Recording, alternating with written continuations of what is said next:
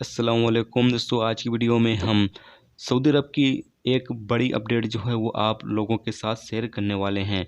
तो अगर आप सऊदी अरब में रहते हैं, ख़ास तौर से अगर आप अजनबी हैं तो इस वीडियो को आप ज़रूर से देख लें, क्योंकि ये वीडियो आप लोगों के लिए बहुत ही ज़्यादा अहम होने वाली है।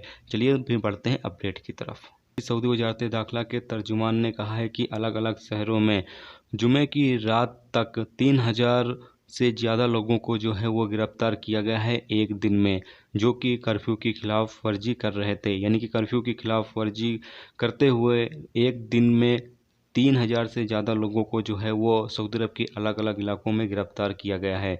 यहाँ पर सबसे ज़्यादा जो गिरफ़्तारी हुई है वो रियाद में हुई है, जहाँ पर 1845 लोग जो हैं वो गिरफ़्तार हुए हैं, जिनके खिलाफ चालान भी किया गया है।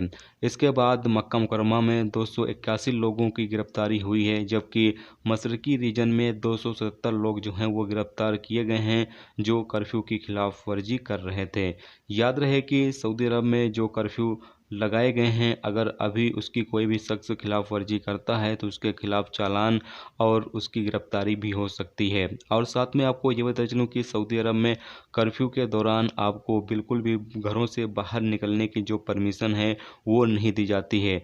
कर्फ्यू लगाने का मतलब यही है कि आपको ज़्यादा से ज़्यादा वक्त जो है वो अपने घरों में ही गुजारना है, अपने रूम में ही गुजारना है, बाहर आपको बिल्कुल भी नहीं निकलना है। साथ में वजारत दाखिला की तरफ से ये बताया गया है कि अगर कोई शख्स कर्फ्यू के दौरान बाहर पैदल टहलने के लिए निकल जाता है तो ऐसे में भी उसके ऊपर जुर्माना और चालान किया जाएगा। और साथ में जॉगिंग वगैरह करने के लिए, यानी कि दौड़ने के लिए, फिटनेस के लिए अगर वो बाहर निकलता है तो ऐसे में उसके खिलाफ जो है वो कार्रवाई की जाएगी और उसके ऊपर जुर्माना और उसे गिरफ़्तार भी किया जा सकता है। तो आप तमाम लोग जो हैं इन तमाम चीज़ों का ख्याल ज़रूर रखें अगर सऊदी अरब में मौजूद हैं तो।